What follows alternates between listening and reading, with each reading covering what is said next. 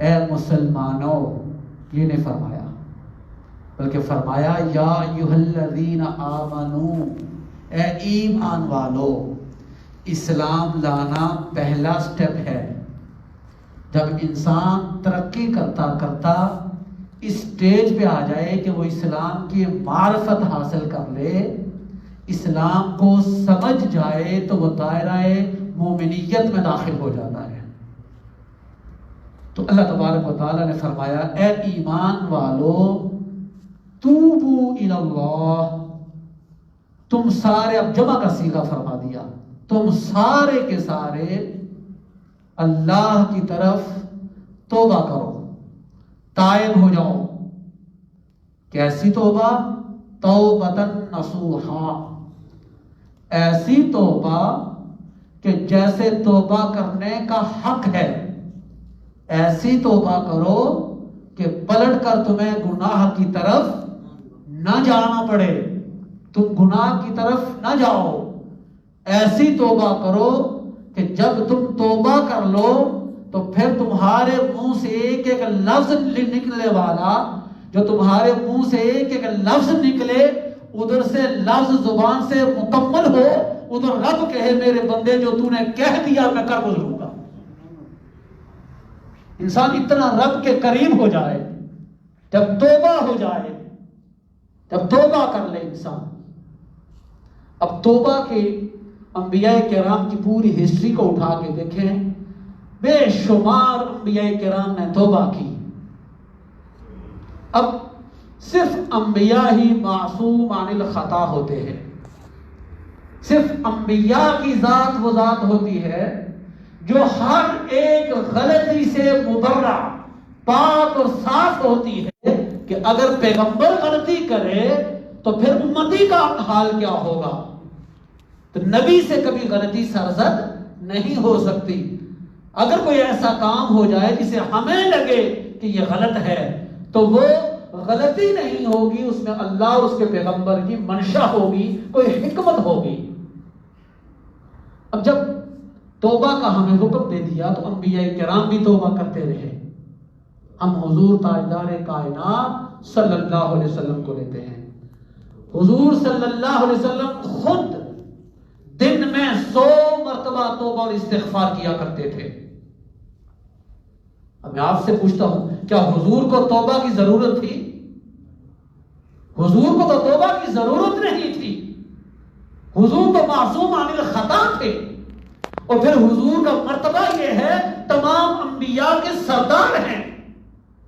جب انبیاء کے سردار کا یہ حال ہے کہ خود حضور تاجدار کائنات صلی اللہ علیہ وسلم دن میں کم از کم 100 مرتبہ استغفار و توبہ کیا کرتے تھے۔ اب یہ بھی سمجھ لیں، استغفار و توبہ یہ الگ الگ ہے، یہ الگ الگ چیپٹر ہیں۔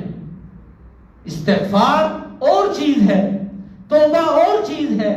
ہم کسی کام کو کرتے ہیں فوراً توبہ کرتے، استغفار کہتے ہیں، استغفر اللہ کرتے ہیں، اللہ سے معافی مانگتے ہیں، وہ ایک الگ درجہ ہے۔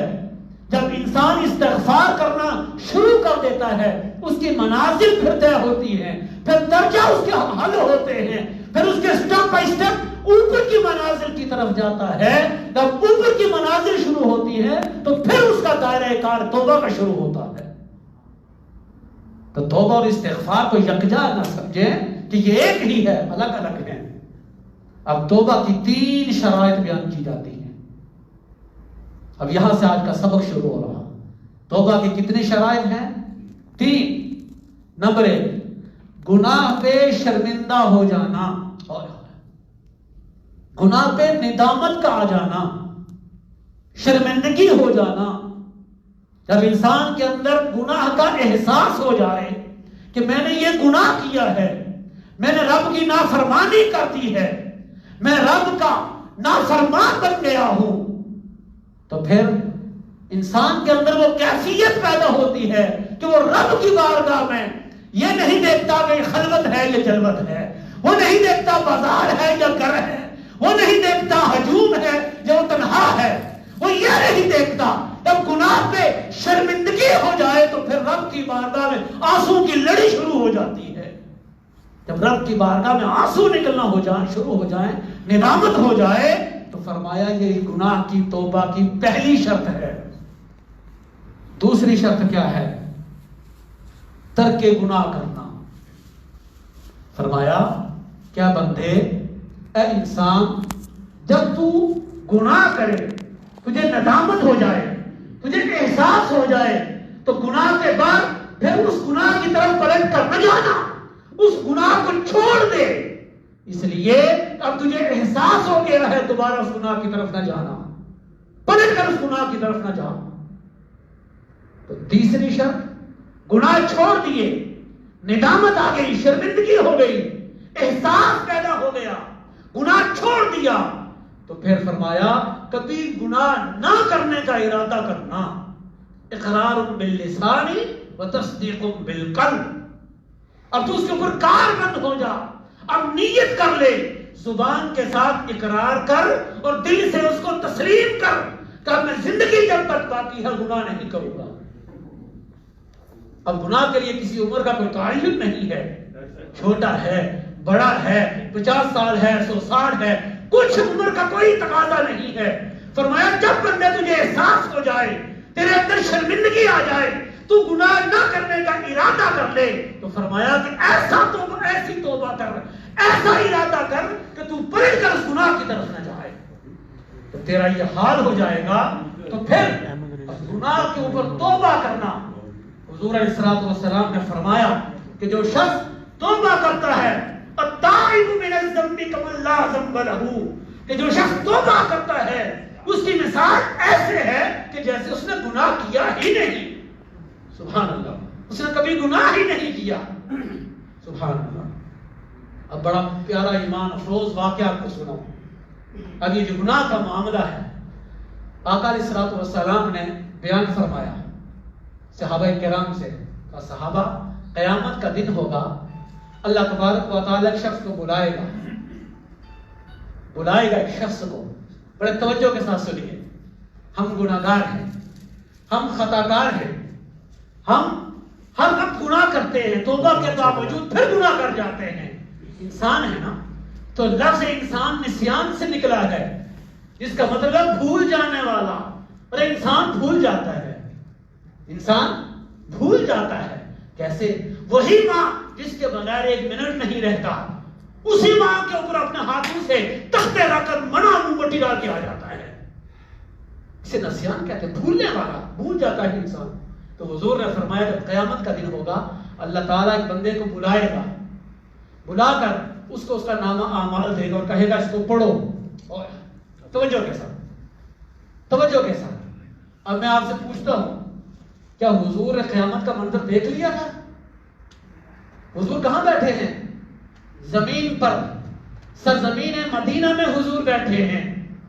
حضور نے وہ منظر دیکھا نہیں تھا، مگر حضور بتا رہے ہیں قیامت کا دن ہوگا، اللہ ایک بندے کو بلائے گا، ایک بندے کو بلا کر نامہ اعمال اس کے ہاتھ میں تھمائے گا۔ جب نامہ اعمال اس کے ہاتھ میں تھمائے گا، اسے کہے گا بندے اس کو پڑھ۔ جب وہ پڑھنا شروع کرے گا تو چھوٹے چھوٹے گناہ پڑے گا، جتنا بڑے آتے جائیں گے چھوڑتا جائے گا، چھوٹے چھوٹے گناہ پڑھتا جائے گا، بڑے گناہوں کو چھوڑتا جائے گا۔ جب وہ چھوٹے گناہ پڑھتا جائے گا، اللہ تبارک و تعالیٰ فرمائے گا بندے میں نے تجھے معاف فرما دیا ہے، میں نے تجھے معاف فرما دیا ہے۔ اس وقت وہ کہے گا باری تعالیٰ بڑے گناہ رہتے ہیں، اس وقت وہ کہے گا اے باری تعالیٰ بڑے گناہ رہتے ہیں۔ اب حضور نے جب یہ واقعہ بیان کیا، حضور مسکرا پڑے، اتنے مسکرائے میرے حضور، اتنے مسکرائے والضحیٰ کے چہرے والے، اتنے مسکرائے واللیل کی زلفوں والے، اتنے مسکرائے یاسین کے مبارک دانتوں والے، میرے حضور اتنا مسکرائے اس بات پر کہ حضور کی داڑھیں نظر آنا شروع ہو گئی۔ حضور نے فرمایا کہ ابھی تو یہ کہہ رہا تھا، ابھی تو گناہوں کو چھپا رہا تھا، ابھی تو گناہوں کو چھپا رہا تھا۔ جب رب نے کہا بھئی سارے گناہ پڑھو، اس نے چھوٹے چھوٹے پڑھنے، جو بڑے آتے گئے ان کو پیچھے کرتا گیا، وہ نہ پڑھتا تھا۔ جب اللہ نے کہا میں نے تجھے معاف کر دیا، اب کہتا باری تعالیٰ سارے بڑے بڑے تو رہتے ہیں۔ اور جب حضور نے یہ کہا تو حضور مسکرائے، تو حضور نے فرمایا کہ جب انسان گناہ کرتا ہے، گناہ کے بعد شرمندہ ہوتا ہے، انسان کے اندر ندامت آتی ہے، انسان کے اندر احساس بیدار ہوتا ہے، وہ تہیہ کرتا ہے، وہ نیت کرتا ہے میں گناہ نہیں کروں گا، ارادہ کرتا ہے میں گناہ نہیں کروں گا، تو اللہ تعالیٰ اس کے سارے گناہوں کو معاف فرما کے اس کی نیکیوں میں اضافہ فرما دیتا ہے، اس کی نیکیوں میں اضافہ فرما دیتا ہے۔ اب حضور نے جب یہ فرمایا تو حضور مسکرائے حضور۔ اب یہاں پہ آپ کو ایک واقعہ سنا دوں، بڑے پیارے ایک مجنوں گزرے ہیں، بڑے پیارے مجنوں، بڑے پیارے اللہ والے، ان کا نام ہے حضرت بشر الحافی رضی اللہ تعالیٰ عنہ۔ بشر الحافی رضی اللہ تعالیٰ عنہ، آپ بغداد کے شہر میں رہنے والے تھے، بغداد کے۔ آپ نشہ کرتے تھے، شراب پیتے تھے، ہر وقت شراب پیتے تھے اور شراب پہ ٹن رہتے تھے، دھت رہتے تھے، ہر وقت شراب خانے میں جاتے تھے۔ تو ایک دن شراب خانے سے نکلے، ننگے پاؤں، مست تھے شراب میں، ٹن تھے، مست الست تھے شراب میں۔ جب نکلے تو شراب کی حالت میں اللہ کا نام دیکھا، کسی لوح پر لکھا ہوا، کسی تختی پر، ورقے پر اللہ کا نام لکھا ہوا دیکھا۔ آپ نے نشے کی حالت میں، یہ ہمارے لیے سبق ہے کہ اگر انسان خطا کار ہو جائے تو پلٹ کر آ جائے تو رب معاف فرما دیتا ہے۔ تو بشر الحافی رضی اللہ تعالی عنہ، آپ نے وہ اللہ کا نام، وہ تختی اٹھائی اور بازار گئے۔ اور اس واقعہ کو امام عبد الرؤوف البناوی بیان کرتے ہیں، آپ فرماتے ہیں کہ یہ بشر الحافی نے یہ واقعہ مجھے خود سنایا یہ واقعہ کہ جب میری اللہ نے توبہ قبول کی تو اس وقت میری جیب میں صرف 5 دینار تھے۔ میں بازار گیا تو بازار سے جا کے خوشبو خریدی، کستوری خریدی، عرق گلاب خریدا، تو گھر جا کر اس کو میں نے دھویا خوشبو کے ساتھ اور اونچی جگہ پہ رکھ دیا، اس لیے کہ یہ اللہ کا نام ہے۔ تھا نشے میں بشر الحافی۔ اب جب وہ توبہ کو، جب وہ مقام آیا، جب وہ تختی اٹھائی، اس وقت آپ ننگے پاؤں تھے، جوتے نہیں پہنے ہوئے تھے حضرت بشر الحافی رضی اللہ تعالیٰ عنہ نے۔ آپ توبہ کر لیا، آپ نے تائب ہو گئے۔ جب آپ نے وہ سارا اس نام کو دھویا، اونچی جگہ پہ رکھا، رات کو جا کے سوئے تو اللہ تبارک و تعالیٰ کا دیدار ہو گیا، اللہ کا دیدار ہوا، رب ہم کلام ہوا۔ اے بشر الحافی، تو نے میرے نام کی تعظیم کی ہے، جا قیامت تک میں تجھے اتنا عزت دار بنا دوں گا کہ تیرے نام سے لوگ اپنی طہارت اور پاکیزگی اختیار کرتے رہا کریں گے۔ تیرا نام کو میں اتنی عزت دوں گا، تو نے میرے نام کو خوشبو لگائی، قیامت تک میں تیرے نام سے، تیری وجہ سے لوگ تیرا نام لے کر خوشبو لیتے رہا کریں گے اور اپنے اعمال کو سنوارتے رہا کریں گے، اتنا تجھے میں باعزت بنا دوں گا۔ بشر الحافی کہتے ہیں رات کو جب سویا تو اللہ کا دیدار ہوا، اللہ نے کہا تو نے میرے نام کی عزت کی، اب میں تجھے دنیا میں عزت دار بنا دوں گا۔ اب امام ابن حذیمہ رضی اللہ تعالیٰ عنہ روایت کرتے ہیں کہ بشر الحافی کا وصال ہو گیا۔ جب بشر الحافی کا وصال ہوا تو اسی دوران امام احمد بن حنبل کا بھی وصال ہو گیا، امام احمد بن حنبل کا بھی وصال ہو گیا۔ تو کسی نے خواب میں دیکھا، امام حذیمہ کہتے ہیں کہ جب امام احمد بن حنبل کا وصال ہوا تو میں نے خواب میں پوچھا، امام احمد بن حنبل سے ملاقات ہوئی، کہا رب نے آپ کے ساتھ کیا کیا؟ کہا رب نے مجھے معاف فرما دیا ہے۔ کہا آپ کو معاف فرما دیا؟ کہا ہاں۔ کہا تو وہ جو بشر الحافی، وہ جو مجنون پھرتا تھا، اس کا کیا بنا؟ کہا بخن واہ واہ، کیا پوچھتے ہو بشر الحافی کی، اس کی مثل کون ہو سکتا ہے؟ جب میں رب کی بارگاہ میں گیا تھا تو رب نے مجھے کہا اے احمد بن حنبل، تو نے میری خاطر کوڑے کھائے تھے، تو نے میری خاطر اذیتیں برداشت کی تھی، مجھے سونے کے جوتے پہنا کر مجھے کہا اے احمد بن حنبل، اب جا، ساری جنت تیری ہے، جہاں تک تو تیری نگاہ جاتی ہے وہاں تک تیری جنت میں اپنا محل ڈھونڈ لے، ساری جنت تیرے ہے، تو جہاں تک چلتا جائے گا وہ جنت تیری ملکیت میں بنتی جائے گی۔ کہا پھر بشر الحافی کا کیا ہوا؟